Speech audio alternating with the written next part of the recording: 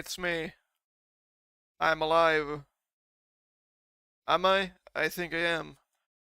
Oh man. The cold. The cold is getting to me. Oh. Oh man. 2025 just started. Is it gonna be good? I hope so. Is it gonna be? We'll see about that. Let me activate music here. Oh. So cool. New technology. Oh man. Let me check something here. Yeah, this all seems right and correct. Very good, very good.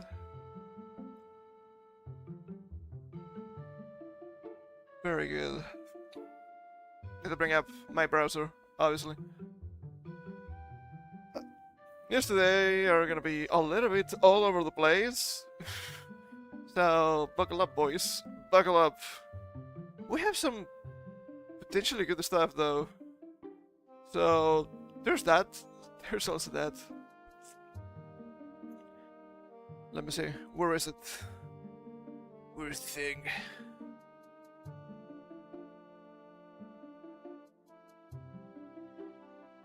It's not correct. It is correct. So we are listening today to Ordon Village from Twilight Princess. That was kind of chill. I don't remember too much of Twilight Princess soundtrack. Didn't play that game too much. So, how about we start with this? Yeah, just say this. Oh man. So, we mentioned this the other week. Elon had a little bit of a meltdown on the Twitter machine because of that Visa H1B thing. No, you don't understand. We need the immigrants. Well, I'm not gonna go into that too much. But at the same time, it's the obvious thing, right? America wins with these people. Does it really?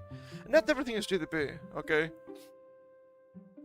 So, to avoid something like that happening ever again, just in, Elon Musk announces the Twitter algorithm is changing. Oh god. It's gonna be one of those. Penalize negativity. That's extremely subjective. Also, what do you mean penalize negativity?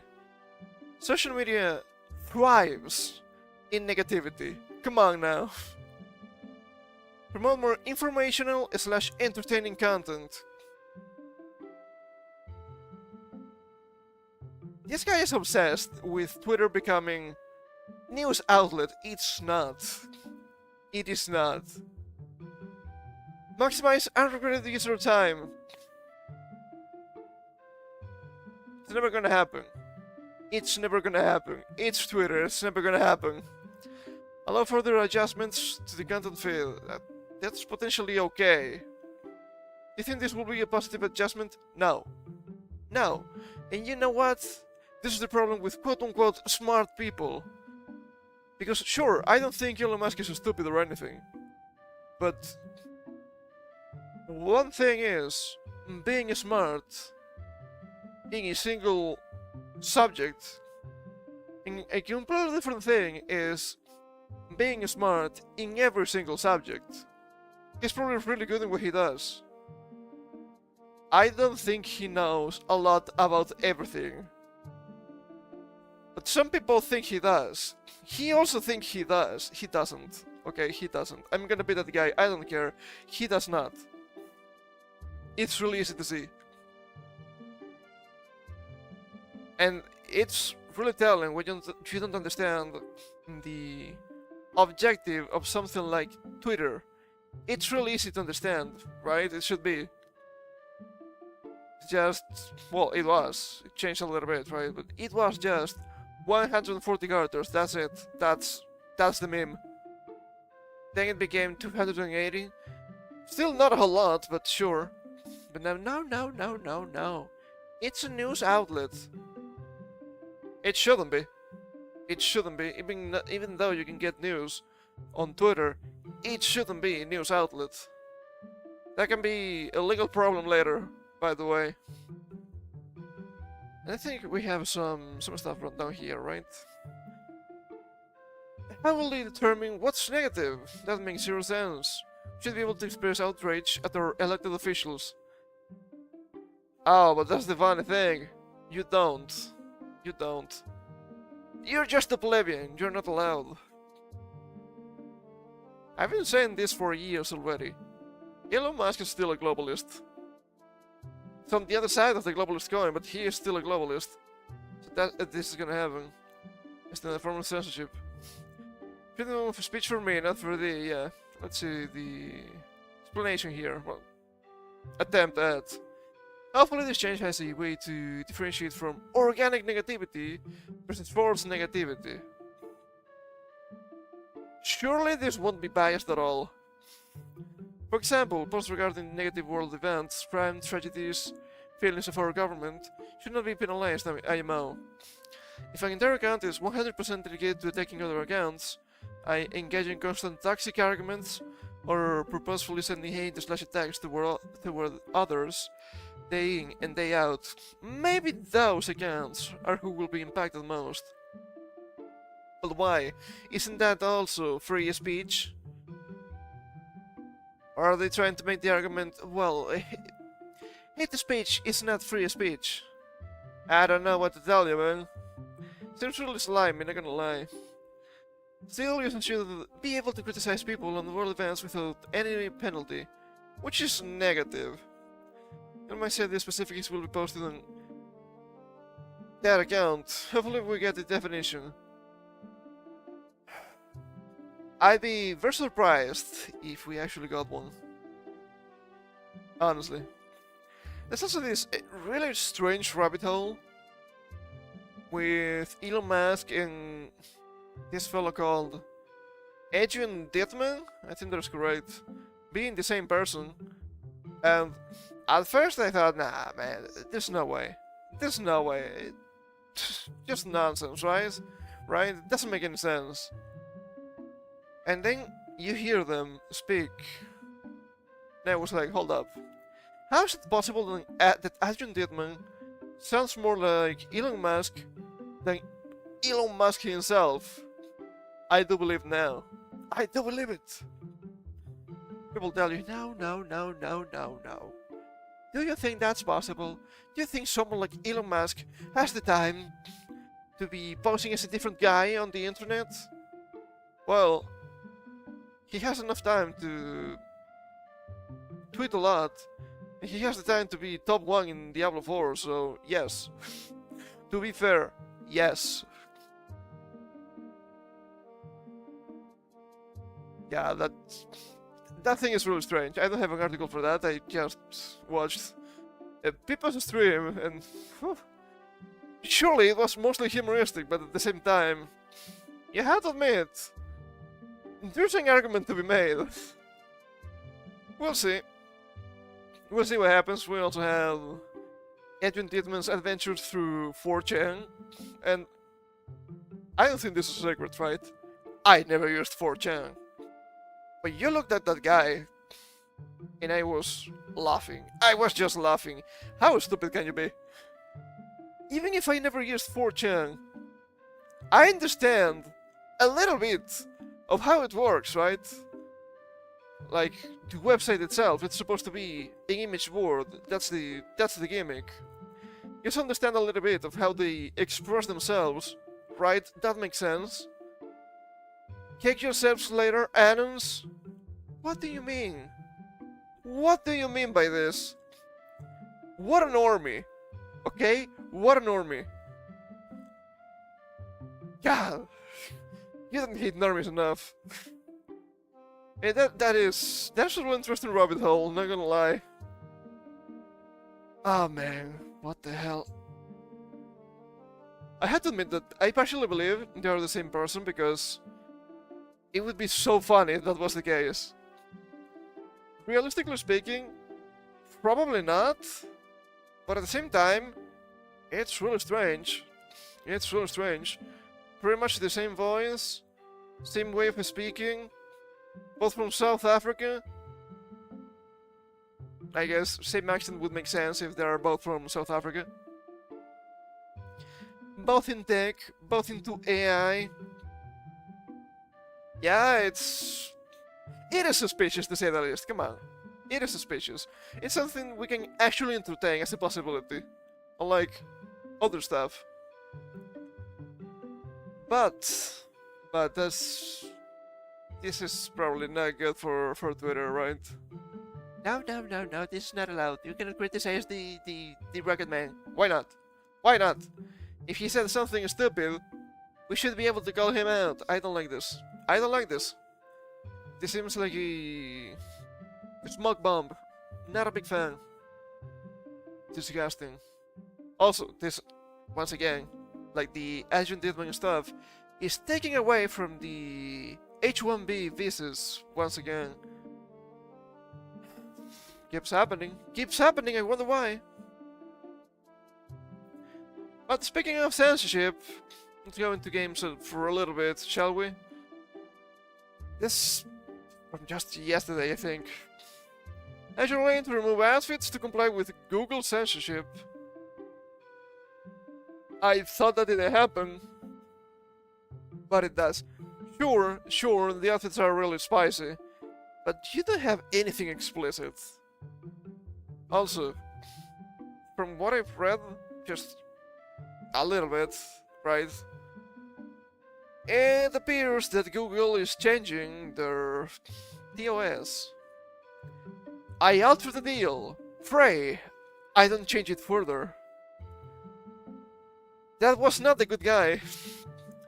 The mobile game Azure Lane announced that multiple outfits will no longer be available for sale due to unforeseen circumstances related to the Google Play Store policy. Ah man, that happens, but that happens mainly when you have all your eggs in a single basket. And if you trust Google, you're going to be disappointed every single time. Also, I just noticed this Canon fella here. Is that pretty much the same design as in Kantai collection? Come on, guys. According to the powers, the 5 Carter outfits will be removed from the pool of available cosmetics. Small saving grace here is that individuals who already own the outfits will be allowed to keep them. Well, they have to, right?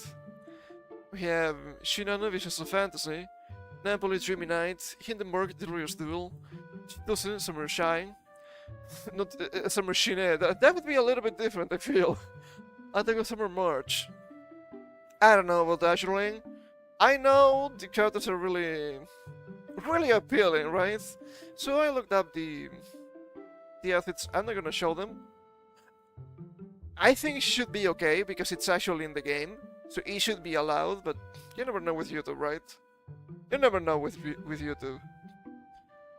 And sure, they're spicy, but they're not explicit. They're pretty much like this in terms of lewdness. I don't know about the animations, I just looked at the PNGs. And yes, let's say their cannons are actually high caliber, so it's not a lot of stuff either, which I was expecting, to be fair. So if you see anyone going like, oh, you're trying to defend pedophilia, it's bait. It's bait. They're normies. Do not. Here we have the tweet. I'm mapping it up. It's not much bigger than this. It's actually kind of big. Dear Commander, HQ regrets to inform you that due to unforeseen circumstances related to the Google Play Store policy, we will be ending the sale of certain outfits. The following outfits will be removed from sale in the outfit shop on all servers after January 4th. 11:59 PM. UTC -7. I'm pretty sure this happened already. Right? Maybe not. Maybe you can still buy them today. Same list. Commander, single, who have purchased these outfits before January 4th will not be affected. You will continue to have full ownership of these outfits. Additionally, the event Port Fashion Collection Holiday Special Volume 5 and Rental Outfits will be ending on January 4th. Please make sure to view the stories before the event ends. To compensate for the event ending early, HQ will be sending 2 gear skin box nightclub to all commanders. That seems to be kind of generous, so it's not bad. Well, it's not bad. I guess it could be okay. We deeply apologize for any inconvenience this have caused to your gaming experience. If there are any changes in the future, please refer to upcoming announcements. Once again, thank you for understanding and continued support of Azure Lane. It's so fucked up. It's so fucked up. Western platforms and payment processors have been censoring products with increasing frequency. The censor outfits will feature characters wearing leotards, swimsuits, or bunny girl outfits. Yes. Responsibility for these changes rests firmly with Google appearing to alter their standards. Appearing to alter their standards, just literally what I said. And it's probably the case, they're becoming more and more puritanical. And they keep changing a bunch of stuff because, man, there's some stuff here we don't like. In particular, the Attack of Summer March outfit has been part of the game for years, and Google apparently only took issue with it recently. Fans of other mobile games should be on the lookout for censorship coming their way if Google remains insistent in this course of action. Is it going to affect the girls' role line too? It's a possibility. A few years back, Blue Archive satisfied Google censors by splitting the app between a 17 plus and all ages version. It's unclear how feasible that would be for Azure Lane. I thought that Azure Lane was already for adults. I might be wrong with that. And as some people have said before, you know why this happens? This happens because you have to trust Google. And you have to trust Apple and all those big tech companies. So, I've seen some comments on Twitter about this. You know the best solution for this? Have your own installer. I think they mentioned launcher. Let's say installer because it makes more sense. For PC. Now you control it. And that's fine. Well, you control it to a certain extent. But it would be way better for them, right? Because now you have your own installer, you have your own platform, quote unquote. So you don't really need to worry too much about Google policy or Apple policy. Oh, you cannot buy them because it's Google. Well, they're not buying it through Google, so screw you. What about that, huh? What about that? I think that's pretty good. And it should probably be an independent installer. As we've seen, Steam, yeah, maybe not the best choice nowadays even. But it can be done, it can be done. I'm not quite sure how iOS programming works, but if it's the same version for Android and Apple devices, they're probably using some sort of game-oriented framework, and they should be able to compile in a somewhat easy way without remaking the game an installer for PC. That's pretty good. They will probably need to change some stuff, right? Especially, oh, this sends you to the store, oh, this sends you to payment and stuff. They would probably need to implement some of that. But I'm gonna guess it shouldn't be that difficult if they just redirect you to their website, right? And they have some sort of page for that. You need to be logged in, and paying through websites, it's nothing new. I don't think it should be that difficult, okay? I don't think it should be that difficult. Surely, it's not something that you will be able to make in a single day. In a couple of weeks? Maybe? Like, best case scenario. Worst case, I would say 2 months, perhaps. Not counting, you have to remake the game. I don't think they have to. It won't make any sense. So, there's that. Also, a really easy fix. Ah, no, they couldn't make that. I don't think they can. I was thinking, well, you need to buy them through Google, yeah, but you still need to remove them from the Google versions. It doesn't matter, and you still need the Google Store integration in the Google app. I mean, Android. It's the same, honestly. But there's fixing this, okay? You can actually fix this. I don't think it's that difficult. Yeah, let me take a sip of my water here before we move on a little bit. But yeah, we have rampant censorship lately. It's been actually kind of wild. It's mostly just anime related. Imagine that. I feel like this is nothing new. We had some welfare state, something like that, for a while, but cannot last. It's not allowed. Speaking of anime, over 30 anime piracy websites shut down this month, a major blow to illegal streaming. They're never going to stop, but yeah, December was kind of bad. I've seen some stuff. In a significant crackdown on anime piracy, more than 30 websites offering pirated anime content have been shut down this month. This sweeping action marks a pivotal moment in the ongoing battle against illegal streaming platforms that have long been a thorn in the side of the anime industry. Look, you have to understand, I'm not going to pay Crunchyroll of all people. You cannot blame me, okay? You cannot blame me. Anime piracy websites employ various tactics to evade shutdown attempts. They frequently change domain names, example.com to example.to. It's a tower now! Finally! Repeat the same cycle. Implementing geoblocking to prevent access from certain countries, and use third-party hosting services to distance themselves from pirated content, so they're not held reliable. Held reliable? Is that correct? I don't think I've seen that one before. By saying they created aggregating websites. These sites often operate on distributed networks, making it difficult to take down the entire operation at once. Yes. Apparently that's how it works.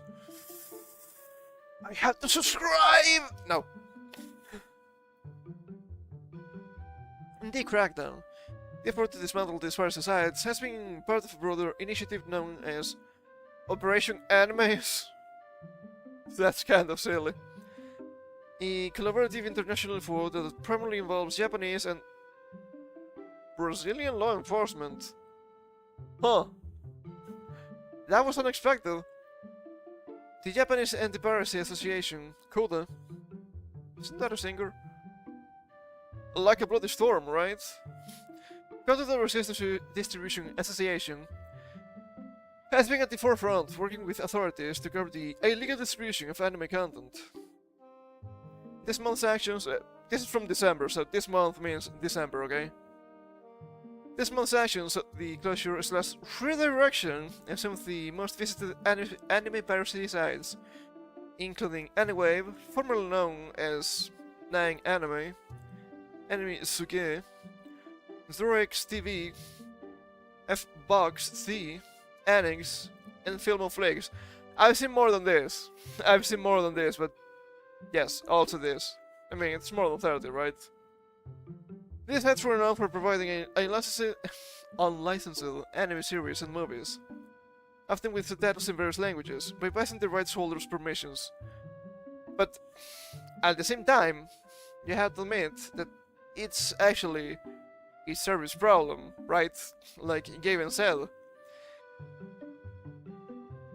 I don't know too much about Crunchyroll, but I'm pretty sure they don't have subtitles for literally every language. So they're always going to find a niche with this. It's always gonna happen. Why now? Just to piss me off.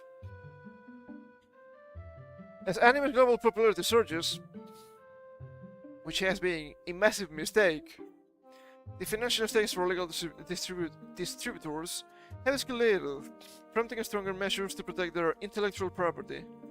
enhanced cooperation between international law enforcement and the use of advanced technologies for tracking piracy have made these operations more effective. Also, encroaching of governments and whatnot. But sure. Industry pushback, anime studios and distributors, including giants like Toei Animation and Bandai Namco Filmworks, have become more aggressive in legal pursuits against piracy. Yeah. Especially Toei, I feel, right? It's nothing new. You see a lot of... I don't think it's happening literally right now, but it's been happening for years. Some heavy crackdown on, you know, YouTube. And I'm not talking, people are uploading the episodes to YouTube or anything. No, it's nothing like that. It's people talking about the series, get them into trouble. I don't think that's good either. I think that's going a little bit overboard, you know? Also, I think the tracking is messing up a little bit. Let me try to fix this. Much better. Much better. I think it got a little bit messy at some point. Happened again. What the hell? Why? I don't understand.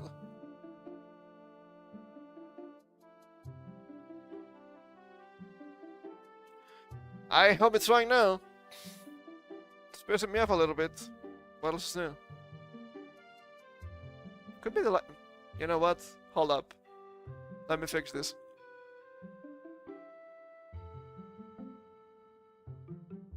Let me fix this. This shouldn't be happening. Oh man. Annoying. Annoying! What else is new?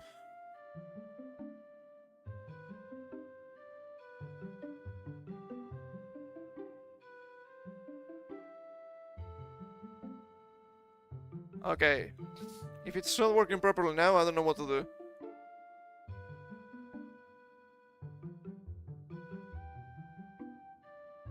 We'll see. We'll see. Impact on the anime community. The shutdowns have elicited mixed reactions within the anime community. This might be your first mistake.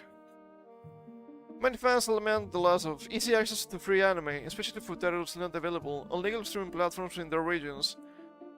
Oh wow, imagine that! Could it be perhaps a service problem? It is mostly. Imagine that. However, some acknowledge the necessity of supporting the industry legally to ensure the sustainability of anime production. Look, the anime production is not going to crash if I'm solely watching on the 7 seas an anime from the 80s. Okay? I don't think that's gonna happen. Could be wrong, you never know. Well, users on Twitter expressed their frustration. It's pissing me off because some people can't afford premium, and every goddamn anime is locked behind a paywall. It's infuriating. Also, their subscriptions are becoming more and more expensive. Every subscription is so bad. For anime creators and right holders, this is a victory in protecting their work and ensuring they receive compensation for their intellectual property. It's a move towards fostering a healthier market where creators can thrive.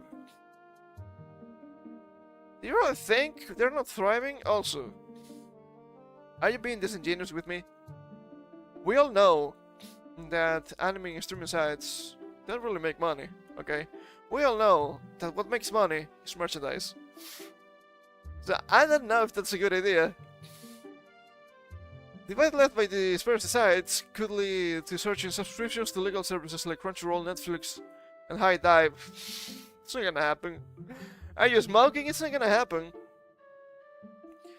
There are still sites, and there will always be ways of getting your dose of the animes, okay? It will always happen. Platforms that are increasingly expanding their anime libraries to meet the global demand On my animalist forum, one fucking stated how piracy helped the anime industry. That shouldn't be a comma. That should be a period here, I'm pretty sure. Also, sure, they are spending their libraries. Netflix is still kind of trash with that. Look, I have some episodes. What do you mean, some? Huh? That doesn't make any sense. I'm personally certain that if it wasn't for piracy, anime would not have spread so far. True. Especially back in the day. I'm sure I would not have found my favorites without it. And without it, I wouldn't have thought about Are the masterpiece and Natsume manga. I bought random Japanese stories with real money. This is exposure from piracy. Then Crunchyroll came along, and yeah, they seemed to be a divider. And make no mistake about it, Crunchyroll used to be a piracy site. But in short, do you think Japanese animation is struggling because piracy? No, I think it was discovered by the world partly because of piracy. True. True, and you cannot be joking with me right now. Because anime was always really Japanese.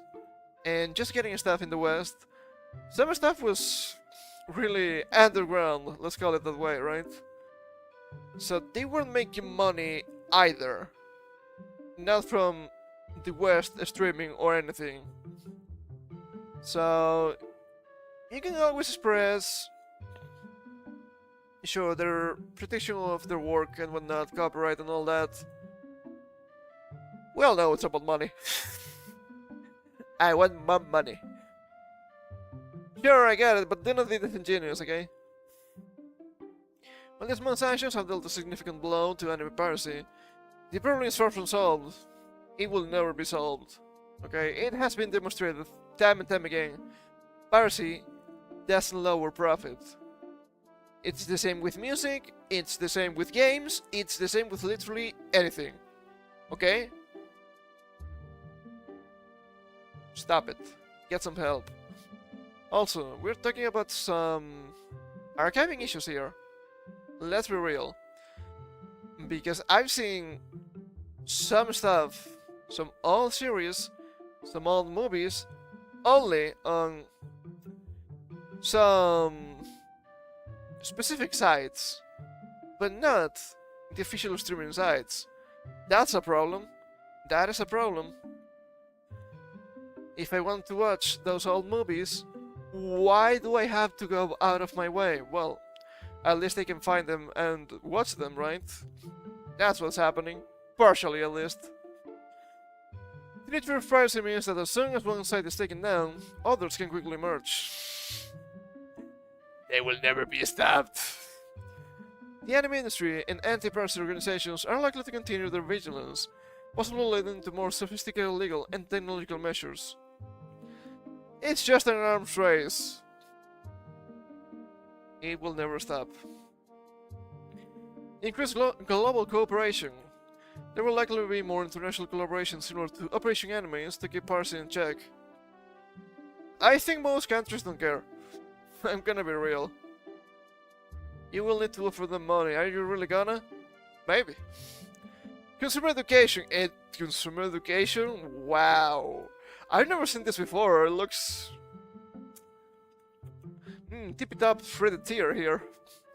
Boards may focus more on educating consumers about the impact of piracy on content creation and the benefits of legal streaming services. Hold up. The impact of piracy on content creation. I don't think making animes counts as content creation, right? I think it's something bigger than that. It's like actual productions, not a nerd with a webcam, right, on YouTube. Technological solutions. This is the sad part. There's potential for further development in anti-piracy technology, perhaps involving AI. AI. Everything is AI now. To detect and shut down piracy sites more efficiently. They will never be stopped. Once again. Life finds a way. The shutdown of over 30 anti-piracy websites this month, including big players like Anywave, Anime2K, and Zorex TV, underscores a critical juncture in the fight against digital piracy. While it won't end piracy overnight, it's a clear message that the industry is taking steps to safeguard its future. safeguard its future. You can say that. I can't disagree with that. For fans, this might mean a shift towards legal consumption, which not only supports creators, but also ensures the continuous production of high-quality anime content. Ensures. That's it really? That's it really? How much money do the actual creators of the animes get from streaming services? I'm gonna assume it's probably just pennies. It's probably just pennies. If you want to support the actual creators of, dare you say, high quality anime content, well, not high quality anime content, but high quality anime. You keep saying content, I don't know if that's the best way of saying it. You should buy merchandise. If you can, official, obviously, because they would get a cut from that. But make no mistake about that. It's just about selling merchandise, always is. Nothing wrong with the stories themselves, okay? The anime community now stands at the crossroads where the choice between supporting piracy or legal platforms could significantly shape the landscape of anime distribution in the years to come. It will be fine. I remember watching Fullmetal Alchemist in YouTube back in the day. 3 parts. It was painful. But it can be done. And they will never stop. They will never stop.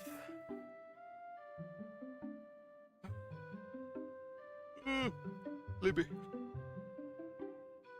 Really sleepy now. Oh god.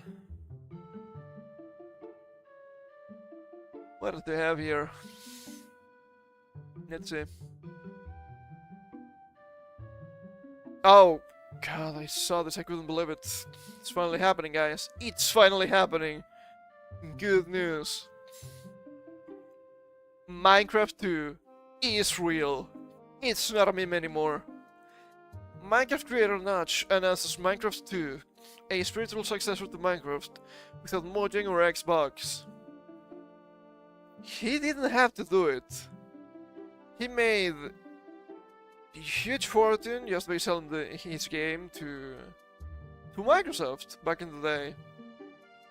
But you have to admit, the game nowadays, it runs like ass, okay? You see the new updates? Wow! Are you really call that an update? Sure. Oh look, we implemented 3 new mobs. But you can only pick one. Hold up. What do you mean you can only pick one? But you made 3, they're in the game. They're functional, what's going on? You don't hate. Big tech enough, I feel. One of the biggest names in gaming is sitting back to the title that started it all for him. If he makes a new Minecraft, I hope it's good. Nothing against Minecraft itself, okay? It's not quite the same. Minecraft creator, Marcus Notch person. What a last name! What's your last name, person? Ah, yes. I'm Mike the Human. Come on. Recently announced the spiritual successor to his classic survival game. Colloquially known as Minecraft 2, it's fully not gonna be Minecraft 2, okay? And that name is already taken. It could be a big problem for him, I assume. Set to become a major motion picture in 2025 behind the star Chisu Momo. Minecraft is one of the best-selling games of all time, selling over 300 million copies to date. Yes. Its success is absolutely massive. However, Notch himself has not been involved in the franchise since 2014, following the sale of his to Mojang to Microsoft for $2.5 billion, which is... It is good money. It's really good money. Notch casually announced Microsoft's successor. Casually. Imagine. In a thread on social media, Notch teased fans with a potential Minecraft spiritual successor. He has dubbed Minecraft 2 Asking fans on his personal Twitter account, the Minecraft creator asked what he would rather see the developer pursue with his next project. Make Minecraft 2 or continue with his work on what he described as a traditional roguelike mixed with a tile-based first-person dungeon crawler. That doesn't seem that revolutionary, right? It is kind of common, even. The game I'm passionately working on is currently said to be a traditional roguelike. I don't know what that is, and hack, etc. Mixed with a tile-based first-person dungeon crawler. Legend of Rimrock, especially 2. Eye of the Beholder, I remember that game. Then I got to thinking that maybe there are people who like my work, but might not share my taste in retro nostalgia, and would prefer for me to make a spiritual successor thing to Minecraft. And I mean, sure, I take that cash. Doesn't it? Why not, right, at that point? When asked if he could even make a Minecraft sequel without Megas of Mojang, Notch admitted, no, it would be super illegal. However, hint is, I could make a new original game of the same type as Minecraft and call it something else. Yes, obviously, if you solve Minecraft, you cannot be, oh, I'm gonna make Minecraft too. Obviously not, right? The same thing happened with not the same, but similar thing happened with Iga, right? He left Konami, so obviously his new games are not gonna be Castlevania, but still good. You can see the Castlevania mechanics in the games. Want to call them Circles of the Moon? I know that's not correct. That's the first Castlevania from the GBA. It was. Why am I like this? I don't remember. I need to look it up.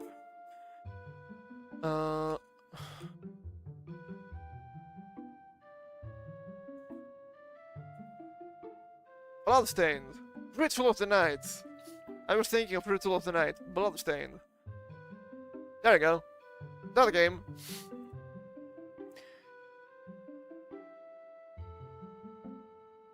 They are traditionally sometimes referred to as spiritual successors. These are traditionally sometimes referred to as spiritual successors, but usually can mostly feel a bit flat. But like, if that's actually what people want, I would love to make that game be my Gremlins 2. It'd be funny if he made Minecraft 2 and it was a huge hit just like Minecraft 1. Also, Notch, please don't sell it. Don't do it. You don't need to, I think it's fine. If Microsoft for some reason would want me to do it, and we somehow agreed on terms it's never gonna happen, I'd absolutely be willing. The Minecraft creator posted, saying that if the company he sold his game to were interested in him returning to the franchise, he would be ready. I'd even give them a much bigger share than it feel obliged. Just to make it clear, I'm not doing it with ill intent, but I'll be a bitch to work with. Yeah, I can imagine. Also, a lot of people dislike Notch because, oh, how could you say that? How could you say that, man? Oh, you're so mean. Shut up. Shut up. He says stuff as he sees it fit, okay? I think it's fine. This, of course, caused a flurry of speculation about the potential sequel online, since its original release in 2011. Talk of Minecraft 2 has been somewhat of a moot point, as the original game has continued to sell. I think it's still selling, but at the same time, you have to admit, it's pretty stale nowadays. They added a lot of stuff since 2011, sure, but what did they really add in, let's say, the last 3 years? I mean, games updates, that's kind of okay, but that's it. That's pretty much it. There's nothing huge, it's just some sprinkling aside from that. While some have questions about how serious Notch is about the announcement, he remains adamant that it was real. In a separate thread, person, it will never not be funny, told his followers, I very much value being a man of my word. Well, That's good. I basically announced Minecraft 2. Oh, and I also very much value being a man of my word. So I also intend to do this in a way. There is no way. In a way, there is no way. So this guy ESL, it's fine. Fair to sneakily infringe on the incredible work the Imagine team is doing, and that Microsoft is successfully doing the the Microsoft shitification about. He is not wrong. I thought he would be glazing them, but no. He's really real. That's very good. I respect them for doing that. It's their job, and they, from what I understand, let the studio do things their way, which seems very fair to me. Also, Notch, I know you're watching. Listen closely. Mod support, really good. It was never official in Minecraft 1 because, why would it be? Also Java, kind of easy to mod, I suppose. I never tried myself. I know some classmates did back in the day. Or at least tried. Also, you could add this game to Steam and have that the Steam Workshop. Oh, that'd be beautiful, okay? That'd be beautiful.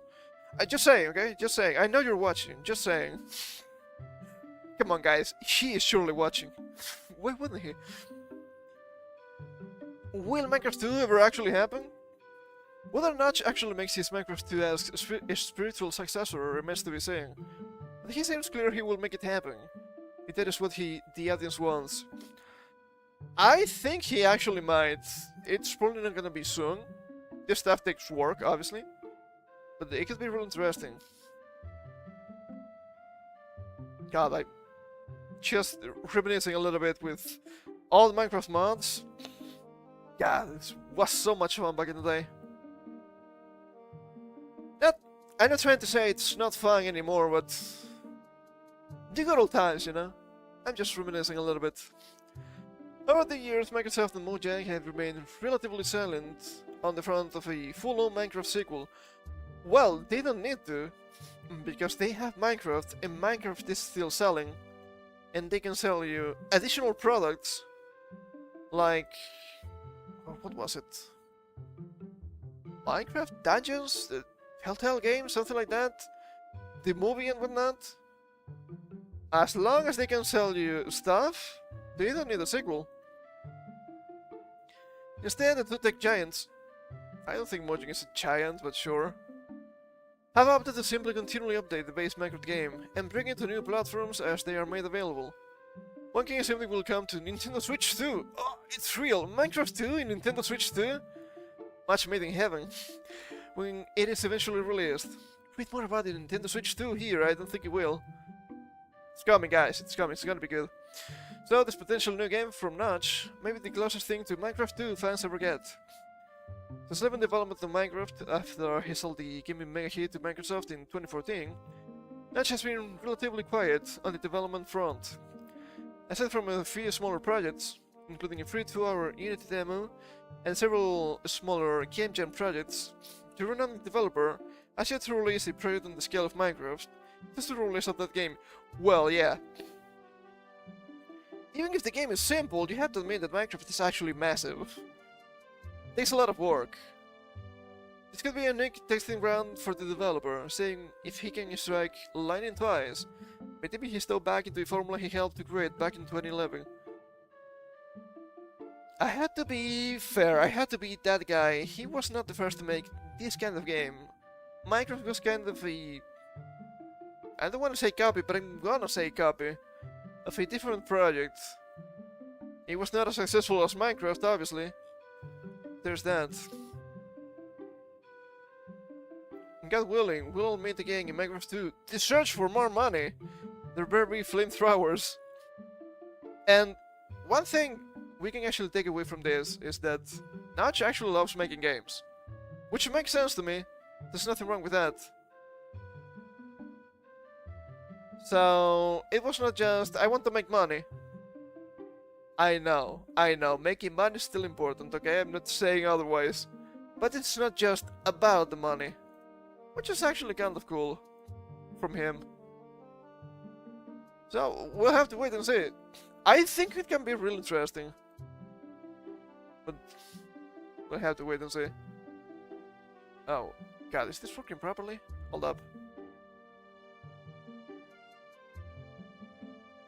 It is. Okay, it's just on the back, messing up a little bit. I think that's okay.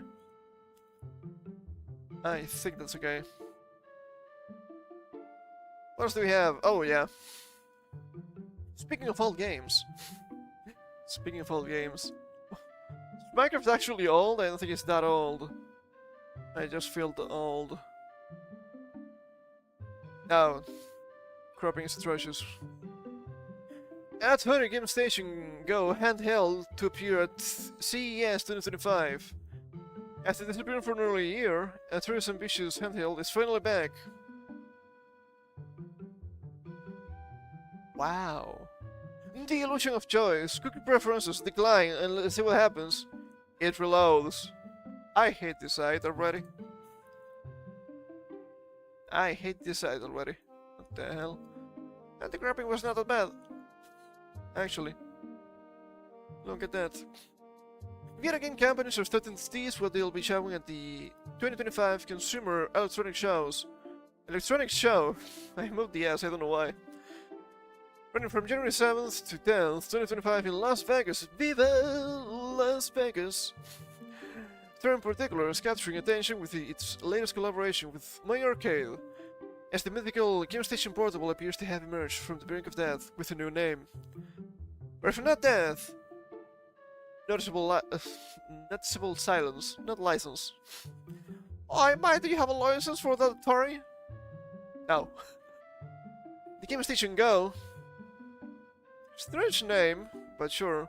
There's to be an updated version of My Arcade's Game Station Portable, which, funnily enough, was shown off at CES 2024.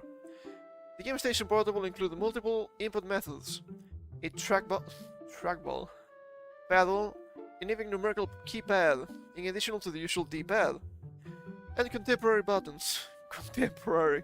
They're not that new, but sure. The portable was slated for a late 2024 release, but that time came and went without any further news. My Arcade and Atari hyped the device's re-emergence with a dramatic teaser reel on social media channels, showing off design updates compared to last year's prototype.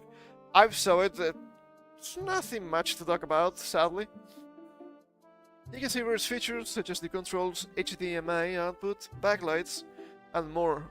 Backlights in 2025? What is this, 2005? It's not bad. Come on, it's to be expected, right? We'll make sure to bring you full details about the device, including its release date and price, as they are revealed. Atari has been quite aggressive in recent years, releasing various hardware options, like the Atari VCS and Atari 7800 Plus from Plyon. Video game projects such as Richard's Remake series and the more creative Yars Rising Metroidvania collaboration from Way Forward have been rolling out as well. I know nothing about anything here. What? Oh, they're so aggressive. Are they really? I wouldn't call myself ignorant about video games, but sure. No, God. Not the thing. My Arcade also has more in the works for CES outside of Atari, such as a collaboration with Sega for some kind of Sonic the Hedgehog arcade device to restart for the... Are you chilling here? Disgusting. It looks a little bit like, yeah, we have Switch at home, which I guess it makes sense, right? Feels a little bit silly. I don't know, I say that, but at the same time, isn't this pretty much the same layout as the Game Boy Advance back in the day? I guess it makes sense. I need to take a sip here again. Talking too much. I think that's normal.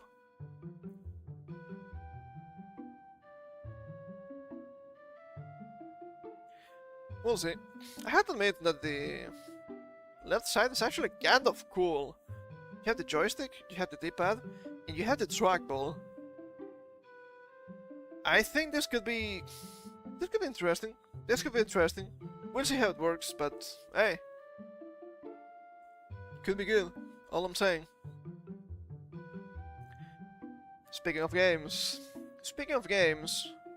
now we have to talk a little bit about the bad part, right?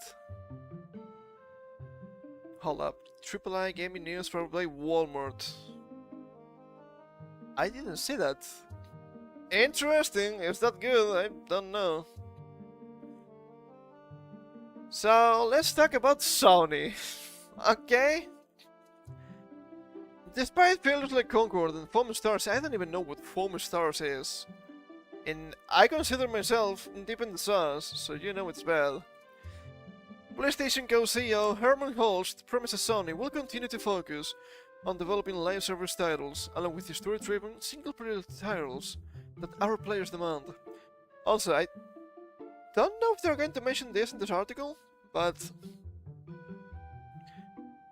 the Suicide Squad, the new game that was a massive flop, that released early 2024, I think it's free to play right now. Wasn't that Sony? To some extent? Maybe not, I might be mixing stuff here. I don't think it's looking good for live service titles, to be fair. In general. We'll have to wait and see. Oh, this is Foam Stars. Soa is ready to play in Foam Stars. Is it bad that I thought this was Palworld? I know it's not exactly the same, but you know what? Doesn't matter. Despite their failures in the genre for outweighing their successes. Wow, imagine that. Sony Interactive Entertainment co-CEO Herman Holst has assured players that the PlayStation brand is still fully committed to developing live service titles. I don't think you need to do that. I don't think that's a good idea. We'll see. In honor of the PlayStation 30th anniversary, Sony Interactive co-CEO Hideaki Nishino, who heads the subsidiary's platform business group, and Herman Holst, who runs the sister studio business group, sat down with Japanese news outlet Famitsu to reflect on their experience and history with the brand. I think this is gonna go a little bit on a tangent. It's okay, it's kind of a long article. While Nishino's thoughts center more on PlayStation's technology and hardware, Holst discussed the software side of the business. In doing so, broaching such topics ranging from his favorite games and outlook for the future. During the interview, as much interested by Deep L, which is actually pretty good, Holst was eventually pressed on the subject of Concord's near-instant failure. That's being generous, but sure. Due to the closures that resulted from it, with Famitsu inquiring as to whether the disaster that was Farwalker Studios' hero shooter had prompted the company to make any changes in your strategy for live service games and mobile games. I mean, you look at this and like, okay, but why? The characters look so bland. Probably the best could be this guy, and it's just like blue monkey man with red face. It's kind of Vision from Marvel, but what if he was monkey? That's it. Look at this, you have black woman, yellow guy, another woman here, and you have a yellow trash can. Far from appealing, okay? Far from appealing. In turn, the Sony executive started, the game business is constantly changing due to a variety of factors, including technological advances, new genres, and new ways to play games. Yeah, ways to play games. You guys are not Nintendo, but sure.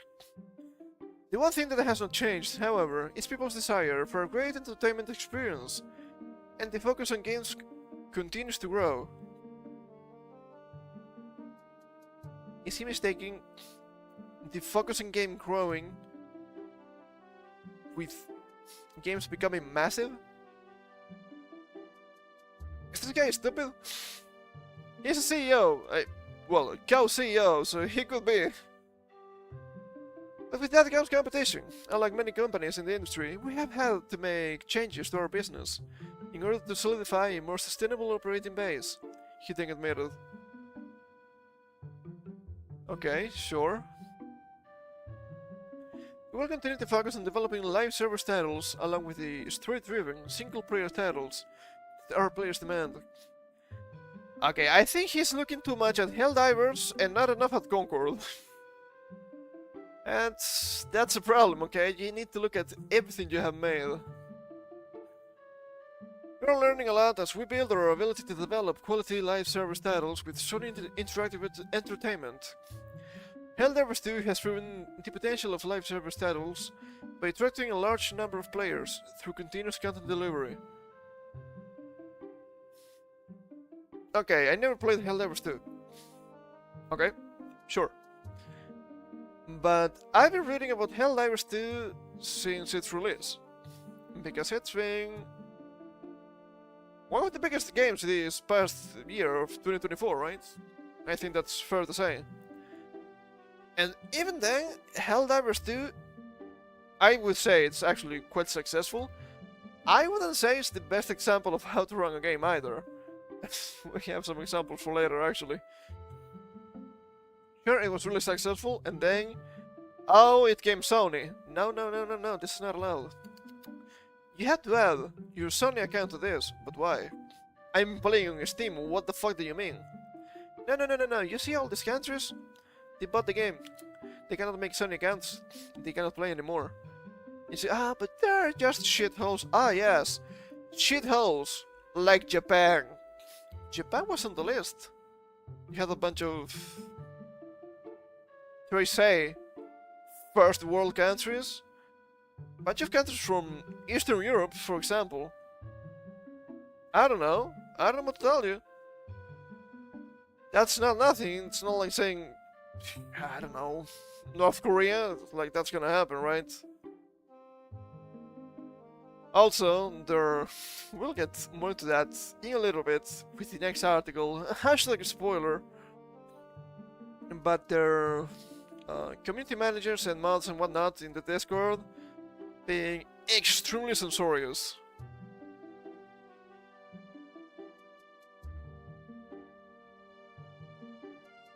Will they learn? I don't think so. Anyway, regarding mobiles games, as explained, we want to develop PlayStation being a way that maximizes synergy with our console offerings. To this end, we will first focus on collaborating with outside development studios. In November 2023, we announced a strategic partnership with NCSoft to collaborate in the mobile space. In October 2024, NetEase Games is developing and publishing the game. And in October 2023, we announced the launch of our first mobile game, Destiny Rising, a mobile game based on the Destiny IP. Is Destiny any good? I've seen people saying that Destiny 2 is actually just trash, without redeem. So... is this a good example? We'll see. I don't think so. Next asked if PlayStation would continue the trend of launching titles on PC. First asserted, since live service titles are released on multiple platforms, the key to success is how to attract new players and increase the number of players. Therefore, maintaining momentum and broad player adoption at the time of release is especially important in the live services sector. You can just say yes. You can just say yes. Okay? Single-player games are a key component of the PlayStation platform's appeal, and each title has a strategic sales period. Sure, but at the same time, now you have to consider, are you trying to sell, as PlayStation, as Sony, are you trying to sell me the games, or are you trying to sell me PS5? They're trying to do both, and I don't think it's gonna work. Right? We have to echo, but Final Fantasy VII, second part of the remake, I think it's Rebirth, didn't sell as much. What did you expect? What did you expect? It was just PS5. The first part was at least PS4 and PS5 in the beginning, and then later PC. I know, it's Square Enix. Still, PlayStation title. I think they should try to pivot away from consoles in general. I don't think it's working a lot for them. Once again, Nintendo is winning by doing nothing special at least. Oh, why did they say anything? Well, consoles remain our core business. We'll see about that. Expanding to PC and other platforms will allow us to bring our games to a wider audience. Derogatory. Our priority is always to provide the best possible experience for our players. And as part of that, we're also promoting the integration of PSN accounts on PC. We know. You shouldn't. You shouldn't. That's bad. People don't like that. Okay, if I'm playing on fucking Steam and I have a Steam account, why do I have to log on a different account for this game? That was Helldivers 2. Further, when I see future Sony titles could, like the recently released LEGO Horizon Adventures, simultaneously released on platforms other than the PlayStation, post-affirmed live service titles are released on multiple platforms because it is important for multiple players to be able to play the game together. For other titles, we'll consider and decide on the best sales format for the players and the company. Bullshit. We all know that's not true. It's not because the players can play together. How many times they did that and there was no actually cross-platform gaming? A lot. It's because if I just throw my shit everywhere, I have higher chances of people paying for it. And that makes sense, but don't lie to me. They have to, but don't lie to me. As noted above, Host and Sony's continued commitment to developing live service games is generally puzzling from a financial and operational standpoint, with just how bad the company is with handling the genre, I thought they said game. In addition to the crashing and burning of the Information Concord, last year Sony publicly announced the cancellation of 6 in-development live service titles. I remember that, we covered that here on the stream, actually. Including multiplayer offerings for such series as Naughty Dog's The Last of Us, Insomniac's Spider-Man, and their own Twisted Metal, as well as the announcement that their Splatoon at Home style game, Foam Stars, would be ending service in mid-January 2025. Oh, Splatoon at Home! I remember that! I didn't know the name, or I did not remember it. Heck. You swearing here? Come on. Truly, the only live service title that has seemed to work out for the studio is Helldivers 2, which despite balance issues and a mandatory PSN account requirement, even on PC, the game has continued to maintain a loyal, dedicated, and generally interested player base. It's live service, but it's not really live service, right? It's a live service good. You buy the game, and they add shit. That's good. It's not, oh look, the game is free, and we will add, Season Pass, Battle Pass, buy more characters using money. No. And to be fair, Helldivers 2 is really over the top, it seems really fun still. I don't think it would be a game for me, maybe to dig around with some friends. I don't think my friends know about this game. I'm not even joking. I'm not even joking. That's fine, that's fine. It's not for me, that's fine. But you also have a lot of people being like, oh, people don't understand the game, they're making fun of them. Surely being over the top, it's making fun of you. Media literacy, I don't want to get mad. Well, Sony is ostensibly continuing to chase the easy profit streams that live service games often produce. I think it's too late for this.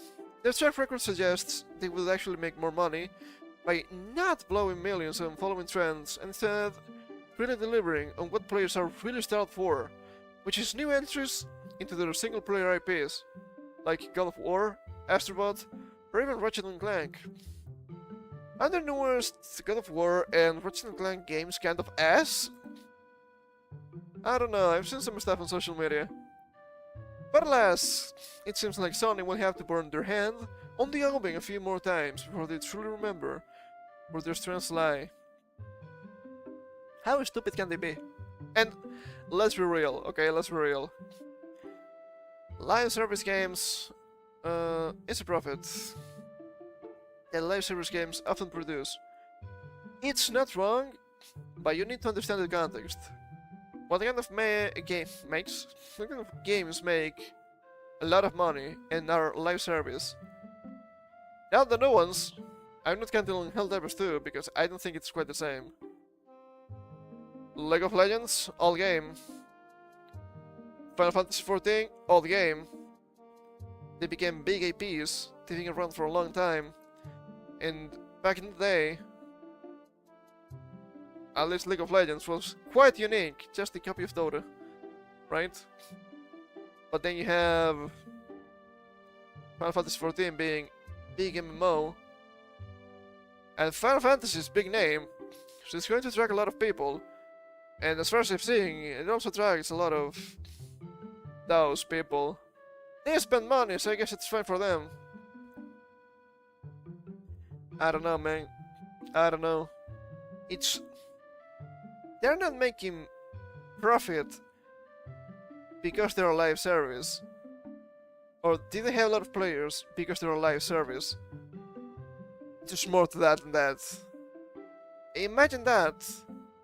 Me and nobody knowing that and not Sony co-CEO. More likely than you think. I do have eyes. Imagine that. They move a little bit sometimes. So speaking of Helldivers 2, from Forbes, Helldivers 2 director, make good games, don't make a contemporary political statement. What a load of bullshit coming from Helldivers 2 after seeing their disaster into Discord and whatnot. I don't have it on tab, but the guy got banned recently, and when you say recently, it was yesterday, 2 days ago, from their Discord, because he had a nickname that was something like Grams Superfan. Look, you don't need to like the guy, banning just from that? Surely that's not a political statement. Also, prepare because this is Paul Tassi. More like Paul Assy, am I right, gamers? I like this song, that's kind of chill actually. Heading into 2025, it seems that debates about the video game industry being woke or anti-woke in various ways will not end, and may only get amplified from here. Yes. DEI, diversity, equity, and inclusion, is another buzzword thrown around. Paul Tassi, shut the fuck up, it's not a buzzword. When the companies themselves have that on their website, you may not like it, you might disagree with me, but it is the truth. Now it's back in the form of the director of Helldivers 2 responding to a question about it. The exchange between Helldivers 2 creative director and former Arrowhead CEO, Johan Pilested on Twitter. Eastern European names, man. They get me every time.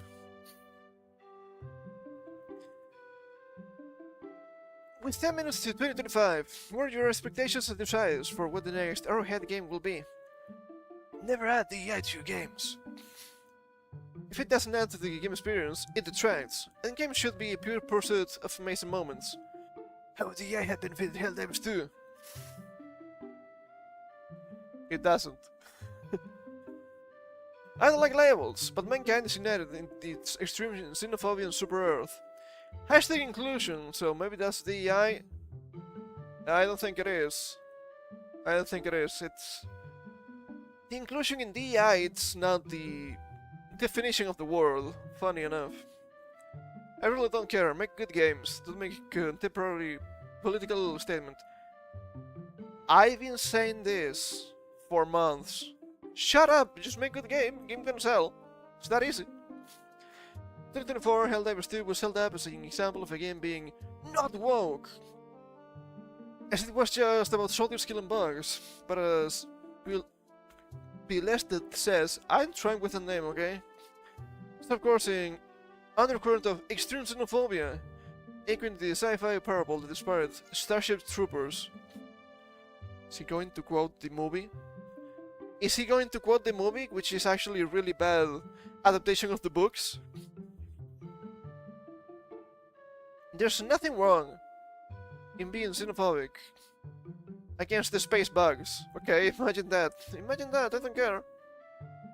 They're going to kill you and they're going to eat you. Defend yourself.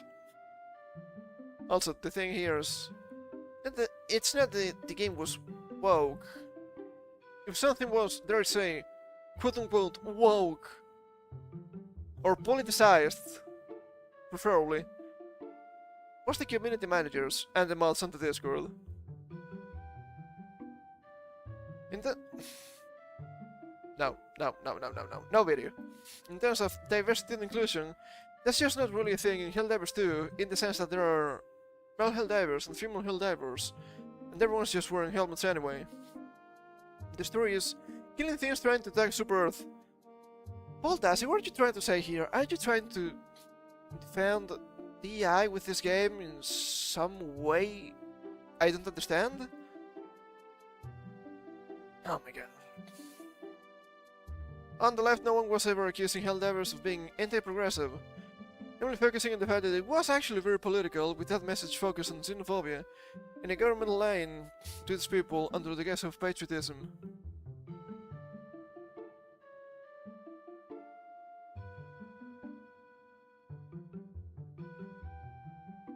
Why are you lying to me?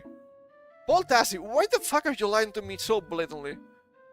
Yes, people were attacking Helldivers 2 in the beginning, and not only in the beginning, because oh look at them, it's colonialism, oh look, the bugs, it's just like tribes of minorities in Earth.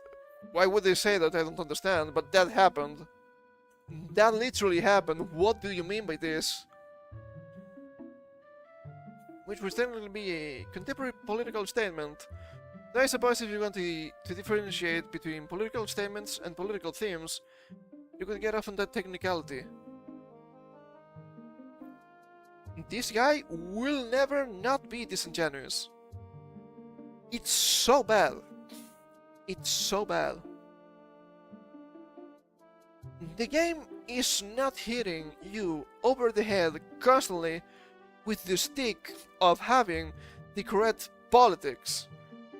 That's what people mean by making political statements.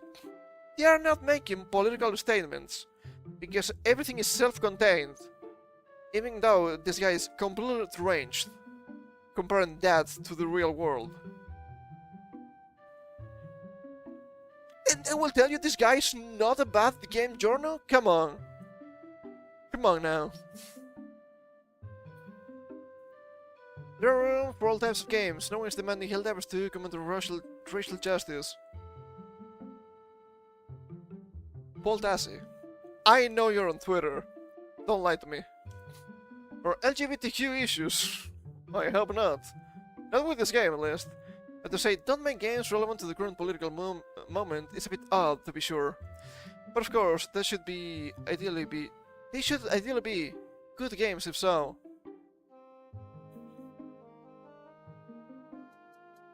Paul, have you seen Dustborn?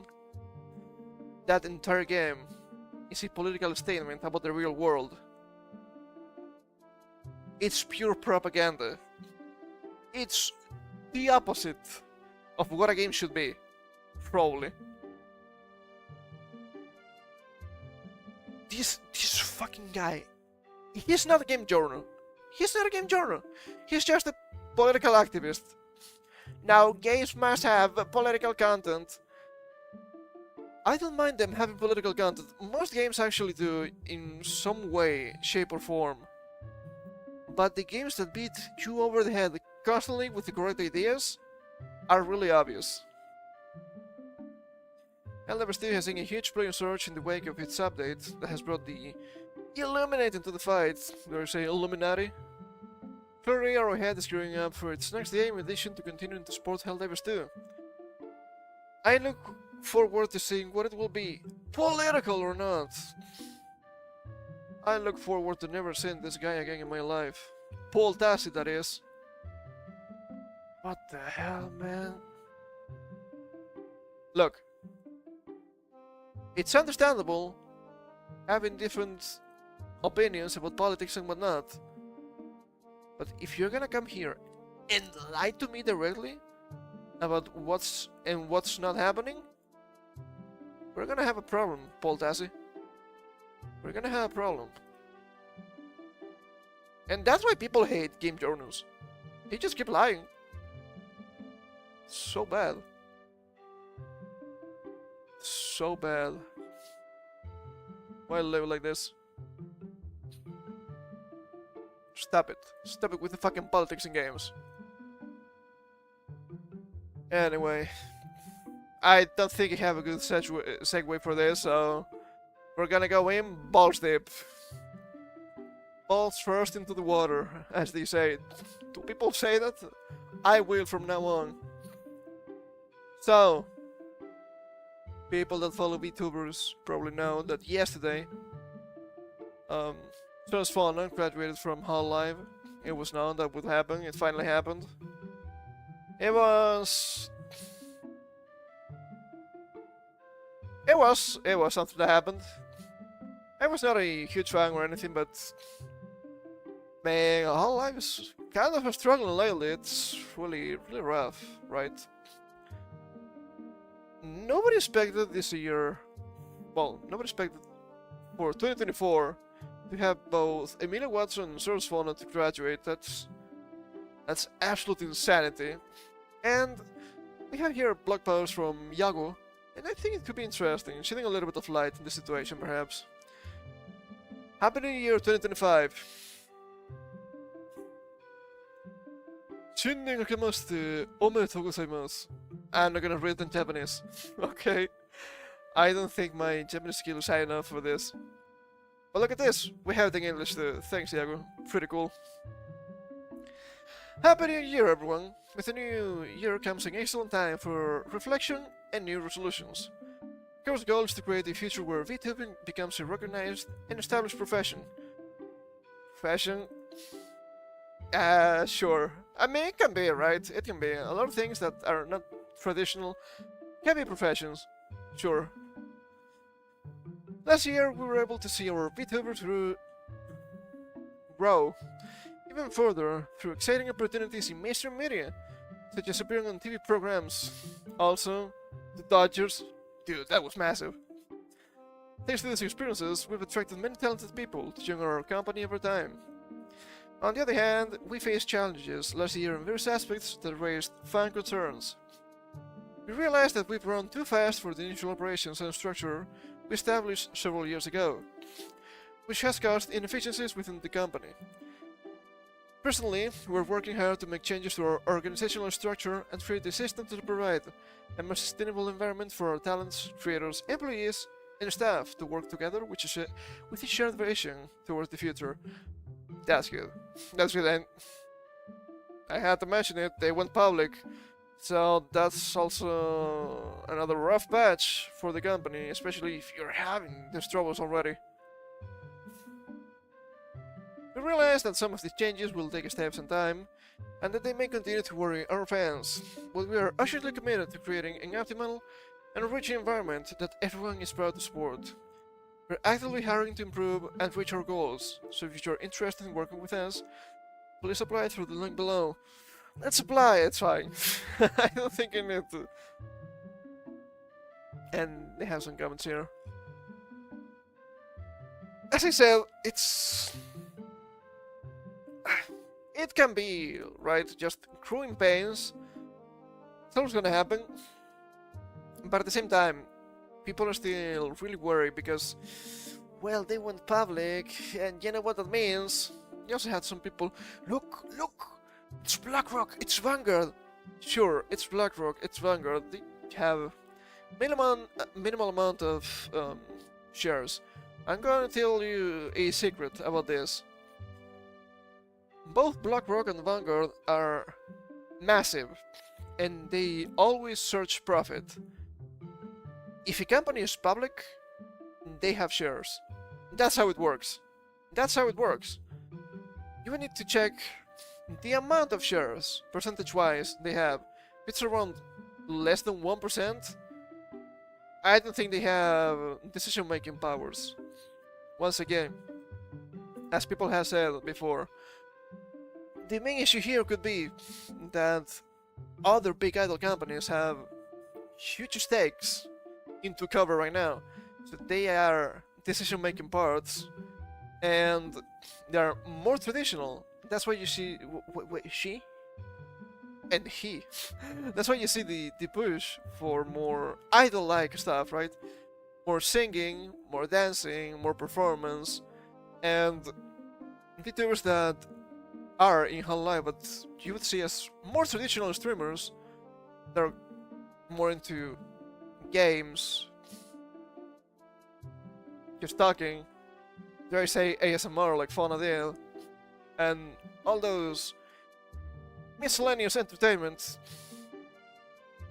take a little bit of a step back, right? Maybe that's why you see Emile Watson, big gamer, Fauna, big gamer, deciding to leave. I'm not saying that's the case, I'm just saying it's a possibility, pure speculation, we don't really know. And I think that's fair. I think that's fair. And as long as we have Yago in the company, I think we can give them the benefit of the doubt. He knows what he's doing, okay? He started the company from pretty much nothing, and nowadays it's pretty big and it's pretty good, so I'm hoping for the best. Expect nothing, but hope for the best. Also, speaking of tubers, we're going in completely wild direction here. Socks Agency! Announcement! Beginning at midnight on February 1st until February 15th at 11:59 PM EST, applications will open for our next round of auditions for Socks Agency. This is for an in-house talent, not an adopt. Check out some application best practices below. They have some examples here. And side note, we are looking for fan-presenting applicants for our next in-house talent, but we will be looking to expand to males at some point in the future. Male socks, not good. So there's that. Audition soon, guys. Audition soon. Are they doing good? I hope they are. Seems like an interesting agency. They had a new talent recently.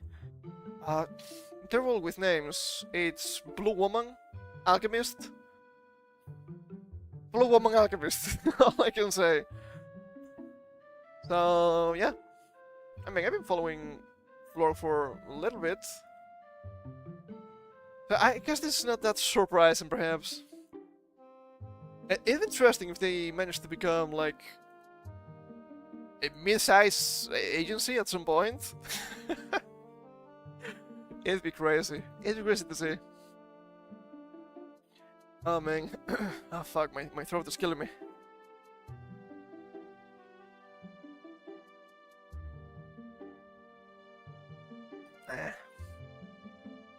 Pretty good. Pretty good. And now let's get into miscellaneous stuff, dare I say. I've been saying that word a lot today, recently even. So there's that. Oh, that's a lot of yapping. That's for later, it's fine. So, 2025 has come, and with that, it's time for a new generation. Generation Beta has arrived. Here's everything you need to know about the 2025 babies. Imagine being a beta by default. God, it couldn't be me. It couldn't be me. I've been around for a while. For babies born from 2025 to 2039. God, that's a lot. Digital and physical worlds will be seamless. Is that good? I don't like it. Move over, Generation Alpha, and in your looks, skincare, skip this slang, and fancy tech with you. The tech is not that fancy, which is funny. The tech is actually kind of trash. I do agree with the skibbities. God, hate kids. I'm old enough to hate kids. Get off my lawn. I was never big into kids. I told you before. I just play the Smash with my friends. I'm not a pedophile. As of January 1st, 2025, there's a newer younger generation to contend with. And they're called Generation Beta. Beta male. Generation Beta, or Gen Beta for short, will be born from 2025 to 2039. According to Australian Trends and demographic analysis company McCrindle, crikey! Which also coined the previous cohort, Gen Alpha, from 2010 to 2024. 2010. That's a lot. This will be the children of young This will be the children of young millennials and old Gen Zs, and McCrindle predicts that by 2035 they will make up 16% of the global population. Many will also live to see the 22nd century. I don't know about that one. Life expectancy seems to be crashing a little bit, sadly. They will only know in post-COVID world. They'll roll their eyes at old-fashioned slang like Chris. If only. And they'll ask us to switch off the oldies when they try to play Taylor Swift in the car. Is that the oldies? God, I mentioned that. What about heavy metal from the 80s? That's still really good. That's still really good. They will also be raised in an era of technological integration alongside Gen Alpha, McCrindle explains, which is the reason for the move to the Greek alphabet back in 2010. Well, now, where do you go after Gen Z? What do you mean? Gen A? Not quite. These are not just new generations, but the first that will be shaped by an entirely different world. Wasn't that pretty much millennials? That was Gen Y, mind you. And has been erased to the bottom since then. God, so bad. For Generation Beta, the digital and physical worlds will be seamless, McCrindle explains on its website. I don't like that. I don't think that is good. How many times have we seen people not being able to differentiate reality from fiction? This is only gonna get worse with the kids. I'm not looking forward to Twitter in the next 15 years. God, 15 years of Twitter, kill me now. While Generation Alpha has experienced the rise of smart technology and artificial intelligence, Generation Beta will live in an era where AI and automation are fully embedded in everyday life, from education and workplaces to healthcare and entertainment. Oh, so you're gonna tell me that Generation Beta is gonna be the most stupid we've ever seen, even worse than Gen Z, even worse than Gen Alpha. Ooh. What a long life is ahead of me. As smartphones were the anxious generation of kids. The push to get kids off screens and into the real world gained a lot more traction this year, thanks to the best-selling book, The Anxious Generation. Author and social psychologist Jonathan Haidt tells CBC, the current host Matt Galloway, about his research and how the smartphone profoundly changed consciousness and the human experience. I saw the other day a clip on Twitter. I don't have it on hand, I don't want to show it. It's really disgusting. A kid, a young kid, 8, 10 at most, that was throwing a huge tantrum because he was not allowed to go into the iPad. He was throwing chairs and the mother was recording it. to upload it to some sort of social media. You know how to fix this? Beatings. I'm not even joking. Beatings. Hit the kid.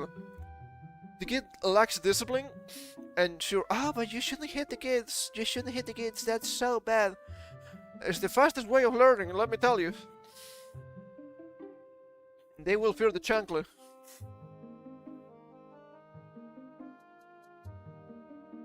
Education, please. And sure, the parents are to blame. What kind of parent actually records that to upload to social media? That is disgusting. Beat everyone up. They deserve it, all of them. I think I'm devolving to Norm MacDonald here. Leveling generations. While there's no consensus on the years of birth and their assigned generations, broadly they can be defined as silent generation from 1928 to 1945. Known to be pragmatic and cautious. Baby boomers from 46 to 64. 46 to 64? Hey, that's pretty cool. Named after the spike in births following the Second World War. Makes sense. Gen X. 65 to 79. One of the small generations. Also called the baby bust or middle child generation. I don't have much criticism of Gen X, actually. Millennials, Gen Y, from the 80 to the 94. And the first generation to reach adulthood in the new millennium. Gen Z, from 95 to 2009. Now for its diversity, equity and inclusion, I bet. And also called the I generation for growing up on the iPhone in the iPhone era. Oh, the downward spiral. Right here. Gen Alpha, from 2010 to 2024. The first generation to be assigned a Greek letter, and sometimes called mini millennials for the millennial parents. Oh god. Oh god. That's not good. That's not good at all. Jim Bader, born 2025 to 2039, will grow up in an AI-saturated world. Are currently 2 days old. Well, 4 days old right now. It's worth noting that in recent years, there's been growing criticism regarding the naming and labeling of generations. Nowadays, I feel like 15 years is too much. And back in the day, it used to be like, actually close to 25. Way back in the day. Not just this year. Generational research has become a crowded arena. The field has been flooded with content that's often sold as research, but more like clickbait or marketing mythology. Funny. The US-based Pew Research Center again? It keeps happening, it's the third time. What? Right in 2023. PewDiePie doing so good, I say. He points out that the existing generational definition can also be too broad and arbitrary to capture all the differences between the cohorts. Yes. A typical generation spans 15 to 18 years, as many critics of generational research point out. This great diversity of thought, experience and behavior within generations, P writes. Diversity of thought? You wish that was the case. Well, I wish that was the case. More tech but less online sharing? You know that's false. That's fake and gay. That said, here's what we know about Jim Beta so far. Nothing? According to McCrindle, the generation of kids will likely be the first to experience autonomous transportation at scale, wearable health technologies, and immersive virtual environments as standard aspects of daily life. Holy shit, dude! Do you believe in cyberpunk stories? You better. You're living in one. It's gonna be worse than movies. AI algorithms will tell their learning, shopping, and social interactions in ways we can only begin to imagine today. You read this, and you don't think this is dystopian? An absolute disaster for human interaction? I do. God. Things are only gonna get worse. I hate technology. I just want to live in a cave with high-speed internet. But the company has announced that there are Gen Z parents. Gen Z parents. This article is making me feel really old. I don't like it. We'll likely take a different approach to technology and what they share about gym bait online. Nah, that's not gonna happen. CBC News has frequently reported that there's been a recent parenting reckoning. A term that describes parents who share their children's life online. Shouting, more like it, holy shit, has existed since the 2000s, with the rise of so-called mommy bloggers and family influencers. What a mistake. But the researchers suggest the trend increased dramatically during the pandemic. I know, it's not good. Fucking pandemic, dude. Fucking pandemic. Is parenting harder today than it used to be? No, parents are more stupid than they used to be. A public health advisory says today's parents face unique challenges that can impact their mental health. Some parents from older generations say raising children has always been and always will be a struggle. Yes. Have you seen parents nowadays? They're retarded, okay? Can we really say which generation has had it the worst? And at the same time, I had to say, they're bad parents by design. We can blame them, but at the same time, if both mommy and daddy have to be working, that's a problem.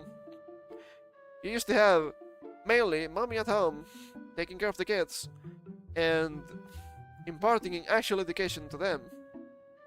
Nowadays, not anymore. And now, sure, let's go have dinner outside.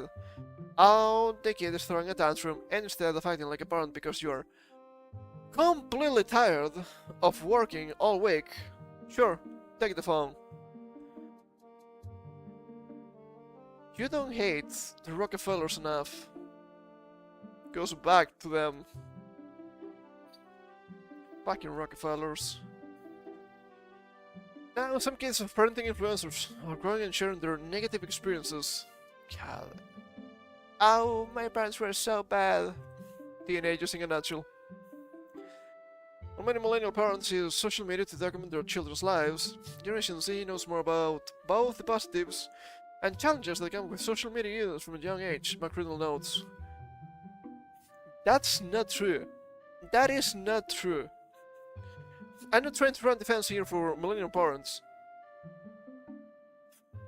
I'm just trying to say, if someone knows about social media, it should be them. Not Gen Z. Gen Z is stupid. Also, Gen Z are more addicted to social media, even from what I've seen.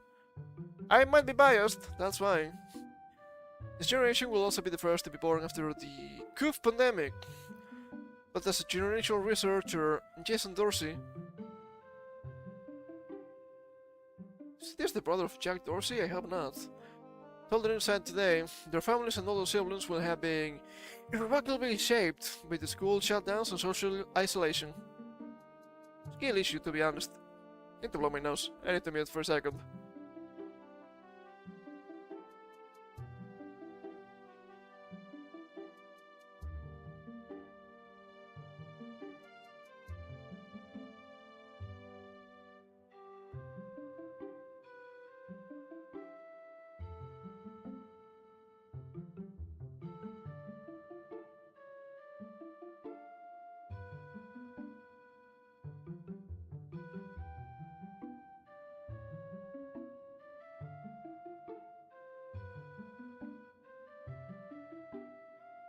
And let me tell you, if you thought Gen Z and Gen Alpha were bad and annoying, you haven't seen anything yet. It's only gonna get worse. And I feel really bad for the kids, not gonna lie. constant. It's just constant AI. God, that's really bad. Because we know, and when you say we, I say some people. We understand AI, and we can differentiate AI from real stuff. Mostly. These kids, they don't know. They have no idea. And you see AI getting older people too, constantly. Oh god, I remember. Even if I found the post, I couldn't show it on a stream. It was a AI image of a woman, good-looking woman, on Instagram, I think. And you had a lot of people going, "Oh, you're so beautiful, woman. You're so beautiful. Please call me."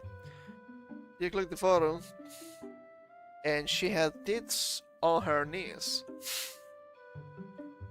People fall for that. People literally fall for that. I don't think we're gonna make it. Not like this. Not like this. Oh man.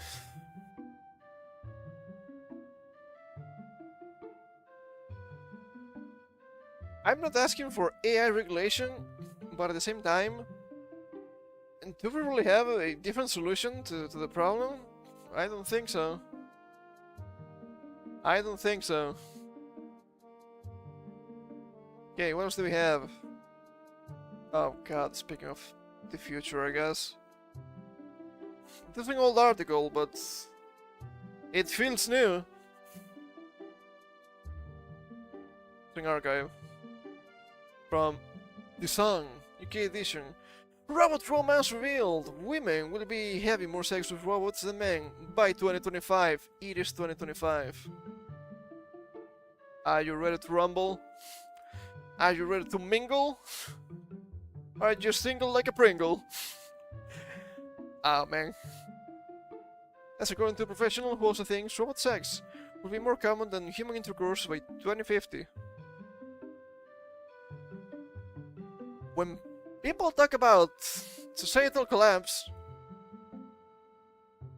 I think they're right. Women will be teaching men for robots when they want to get frisk in 10 years' time and could even start falling in love with machines, according to a report.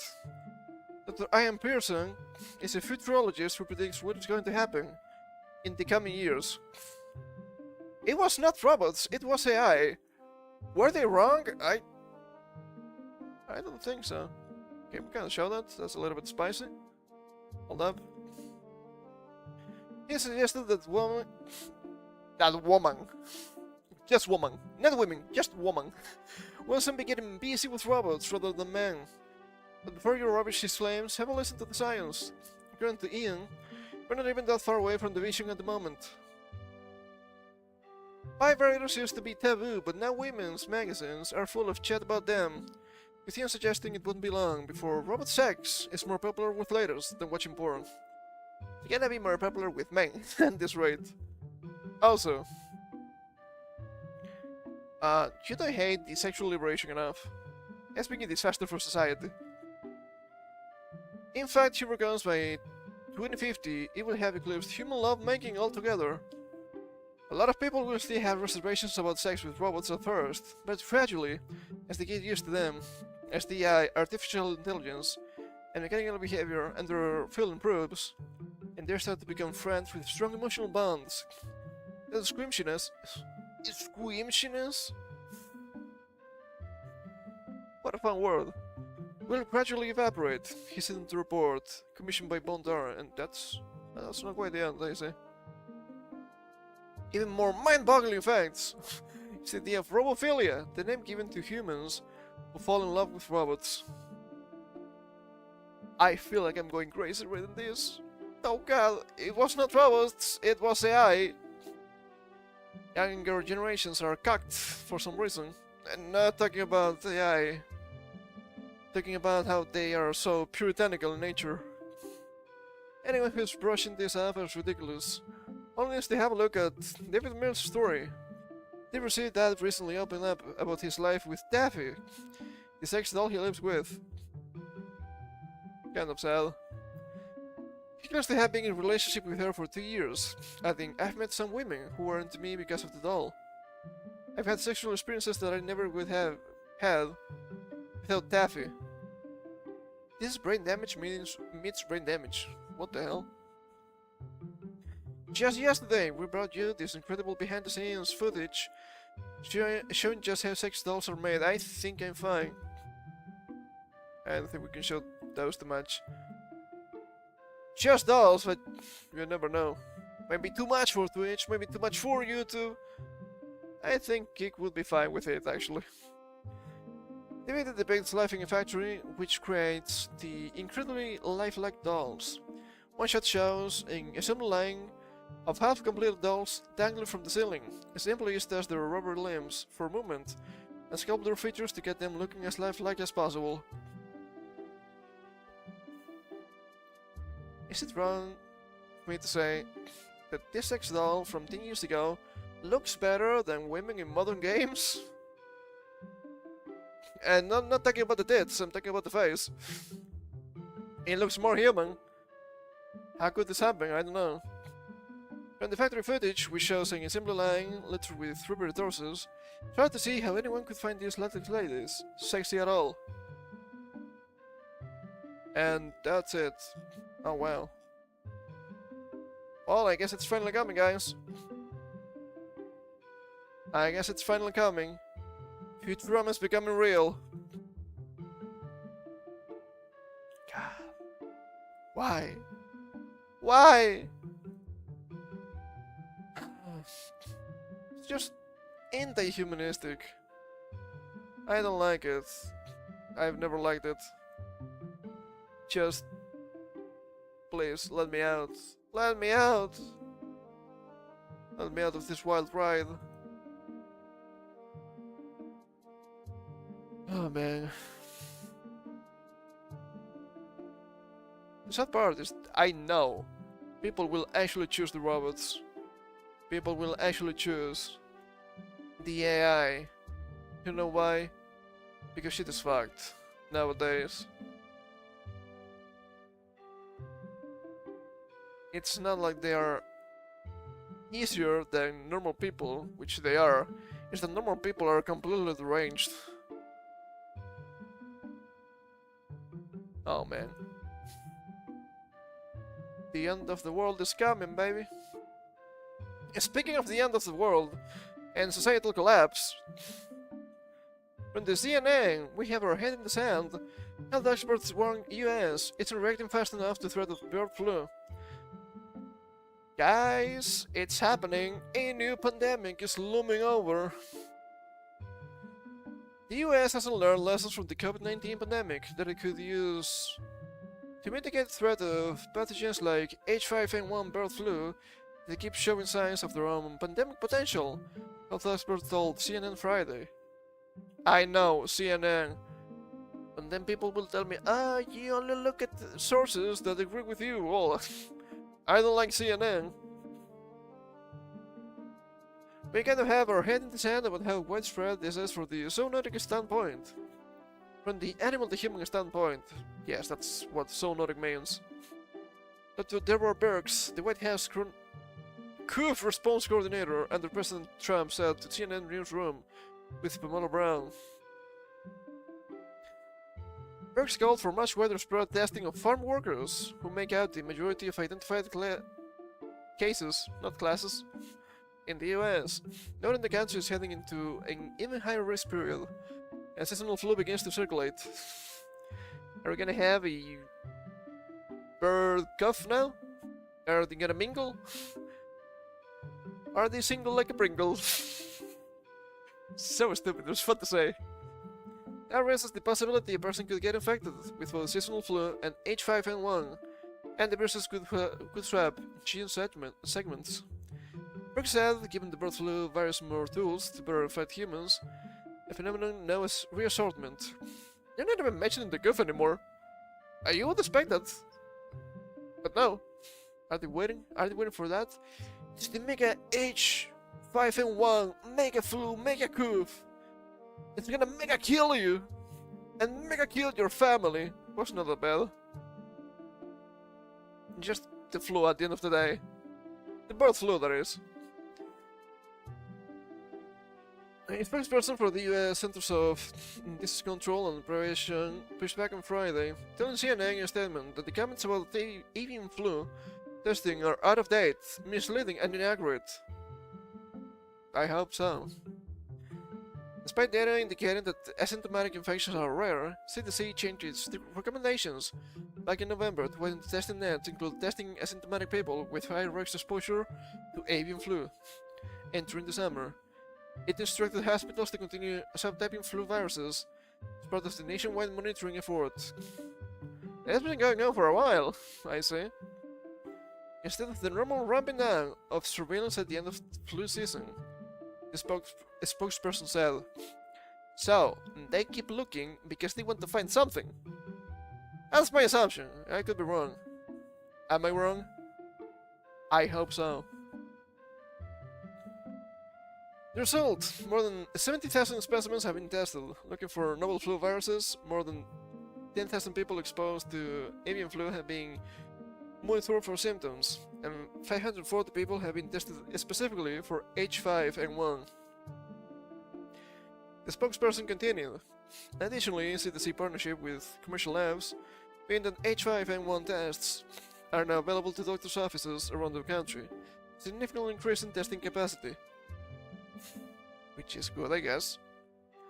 The CDC added it has a seasonal flu vaccination campaign underway for farm workers in states with infected herds to help protect them from seasonal flu and to reduce the chance of reassortment with the H5N1 virus. So you're gonna tell me the chicken's gonna get more expensive and eggs are gonna get more expensive again. Fuck. Fuck, that's bad. The agency has also said there is currently no human-to-human spread of H5N1, but risks continue to emerge that the virus could evolve to more easily infect people. Yeah, that's gonna happen, probably.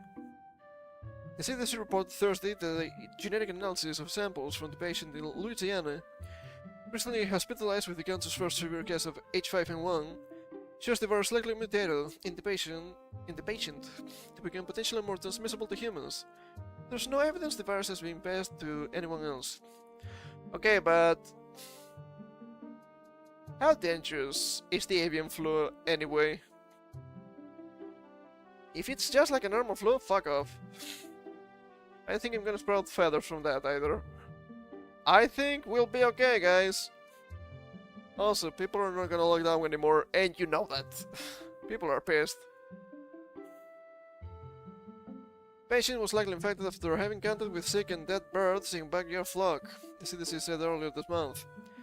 In its Thursday analysis, the agency said the mutations it identified in samples taken through the patient's hospitalization when found in the birds, suggesting they aren't in the virus widely circulating in wildlife. The mutations were the ones observed in a hospitalized patient in British Columbia, Canadian, dare I say, may make it easier for the virus to bind to cell receptors in humans' upper respiratory tracts, the CDC said. But is it going to kill me or not? Is it gonna make it kill me? I need to know. Life of better? I don't think so. The genes observed were likely generated by replication of this virus in the patient with advanced disease rather than primarily transmitted at the end of infection, the agency said. Although concerning, and a reminder that H5N1 viruses can develop changes during the clinical course of a human infection, these changes would be more concerning if found in animal hosts or in earlier stages of infection. And these changes might be more likely to facilitate the spread to close contacts. Sure. CDC emphasized the risk to the general public has not changed in the ruins law. That's good. That said, the detection of the genetic mutations underscores the importance of ongoing genomic surveillance in people and animals, containment of avian influenza outbreaks in dairy cattle and poultry. Avian influenza. Dairy cattle. I guess that can happen. And prevention measures among people with exposure to infected animals or environments. That's kind of long, actually. What the fuck? The analysis found no changes associated with markers that might mean antiviral drugs wouldn't work as well against the virus, the CDC added. I noted the samples are closely related to strains that could be estimating vaccines if needed. So it's just the flu, but for birds. I don't think this is gonna be a big deal, guys. I don't think this is gonna be a big deal. Regardless control of the bird flu, setting the stage for another pandemic? Suck my ass. How about that one? The sequences also didn't show changes in genes associated with adaptations to mammals, the CDC found. The patient was infected with a strain known as D1.1. That's closely related to viruses circulating in wild birds and poultry in the US. Another strain known as B3.13 has been spreading widely in dairy cows. It hasn't been found to cause severe disease in humans in the US. While this sounds like good news, the H5N1 situation remains grim. Is this YouTube? Technically it is. Dr. Angela Rasmussen, a virologist at the Vaccine and Infectious Disease Organization at the University of Saskatchewan in Canada, posted on Blue Sky on Thursday. Of course she's on Blue Sky. Canadians. There has been an explosion of human cases, she said. We don't know what combination of mutations would lead to a pandemic H5N1 virus, but the more humans are infected, the more chances of a pandemic virus will emerge. Look, I know it's been a while, but didn't this happen already, like, what was it, 15 years ago, something like that? Maybe more? Maybe more, I don't think it was 2010, it was probably closer to 2008. Around those. I don't think we died, I think we're still alive. It was not a big deal at the end of the day. The CDC has confirmed 65 cases of H5N1 bird flu in humans in 2024. 65? I think it's fine. Of those, 39 were associated with dairy herds, and 23 with poultry farms and cooling operations. For 2 cases, the source of exposure is unknown. Of course it is. The severe case in Louisiana is the only one associated with backyard frogs. I think some frogs have just died and crashed in some places. Fucking Christ, this is so long. I think we're getting to the end. Dr. Paul Offit, a vaccine scientist at Children's Hospital of Philadelphia, noted that CDC said the mutations may enable the virus to bind better to cell receptors in humans' upper respiratory tracts. Not that they clearly do. I'd like to see clear evidence that it binds well, Offit told CNN Friday. That hasn't happened yet, okay. I'm just running a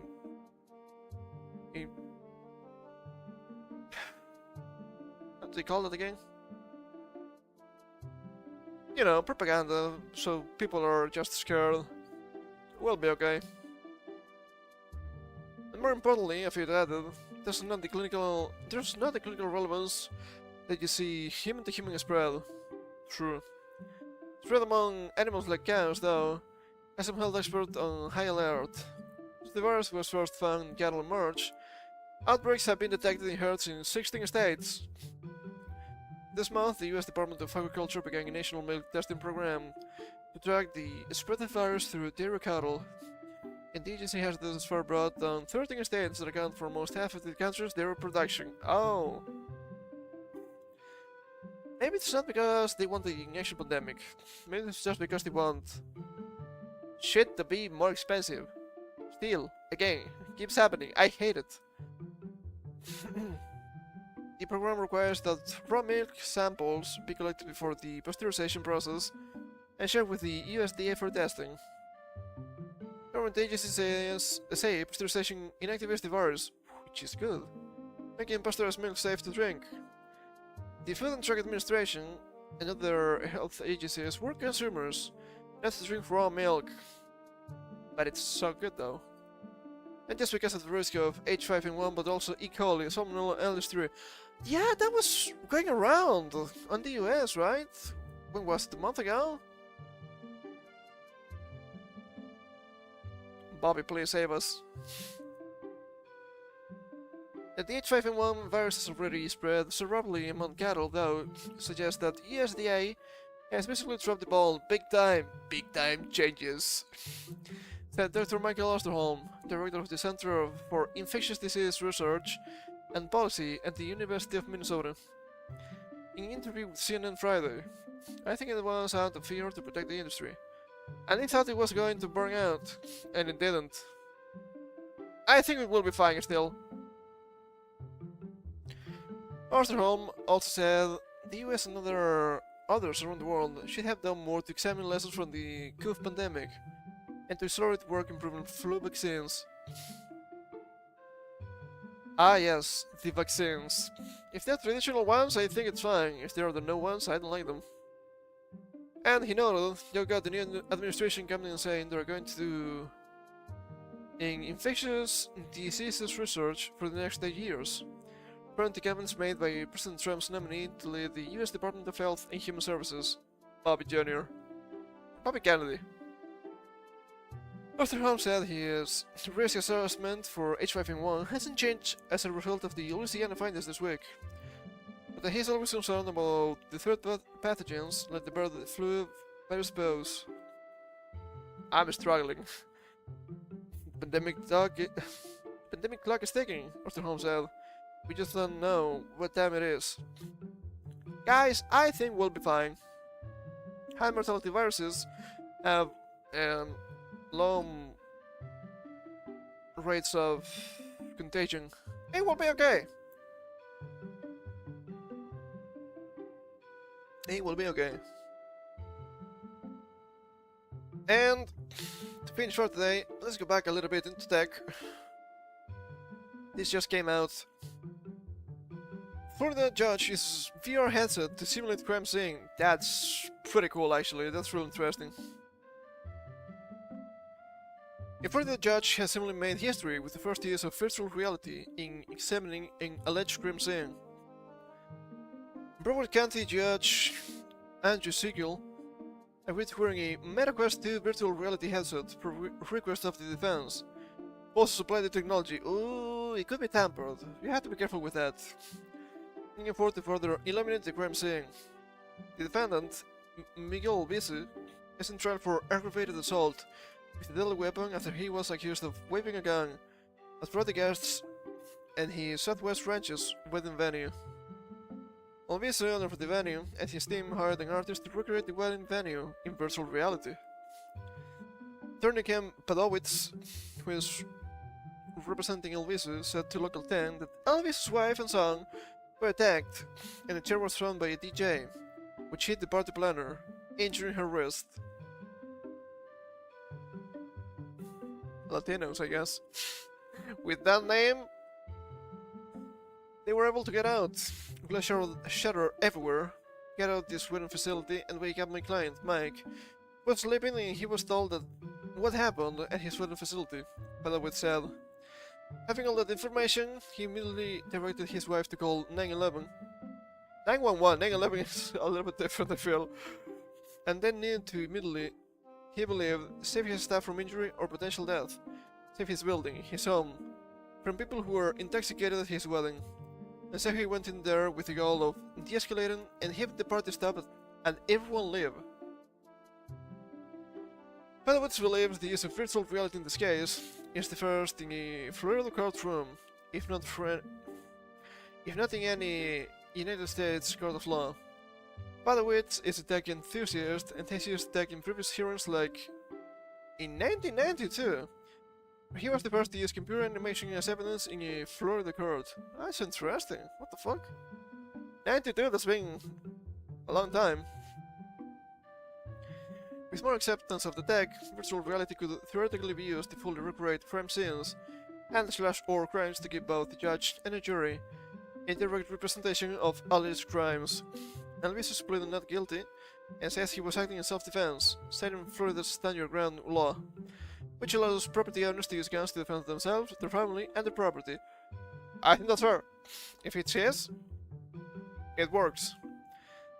Defense expert Bill Engler testified by also wearing a virtual reality headset with the judge, saying this is when he pulls the gun out, when he is backed up against the bar. Defense and prosecutor lawyers also wore VR headsets during English testimony.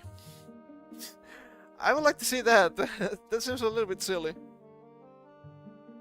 The case will resume sometime in February before Siegel, and if the judge is satisfied with the technology, it may be used by a jury for the first time.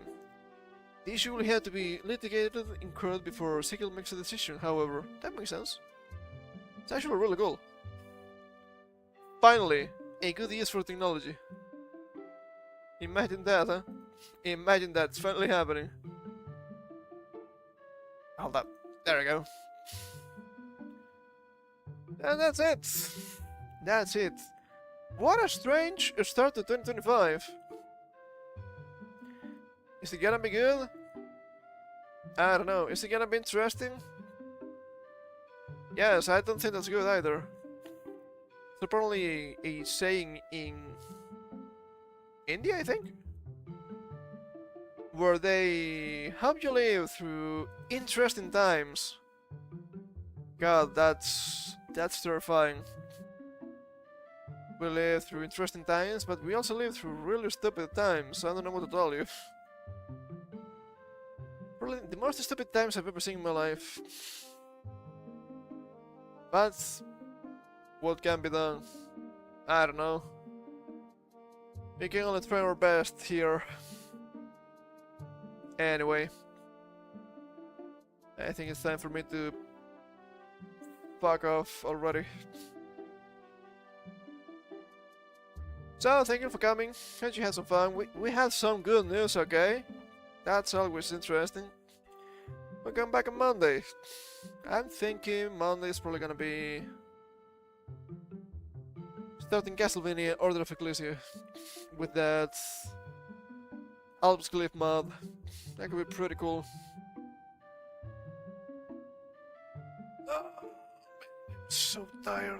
What the fuck? It always happens on Saturday, I don't know why. But yeah. So, this next week we start Castlevania Order of Ecclesia. We'll keep playing a little bit of Attack of the Saiyans. We're getting close to the end. So we'll probably try to get to the beginning of chapter 15 if possible. And then we'll need to ball a little bit. I will need to grind a bunch after that, but I will still need to give myself some stuff to do on stream, because that would be, what, final boss and secret boss? That's probably kind of fast, around an hour. That's too short. So we can explore around a little bit and try to get some more stuff. Just trying to get the levels out of the way on my own. Oh man. I don't know what else to do, but we'll see. We'll see. We'll fuck around and find out a little bit, as per usual. But yeah, that's gonna be everything for me today. Thank you for coming. Hope you had some fun. We'll come back on, I almost said Sunday, I don't know why, Monday. Until then, you know the rules. Take care.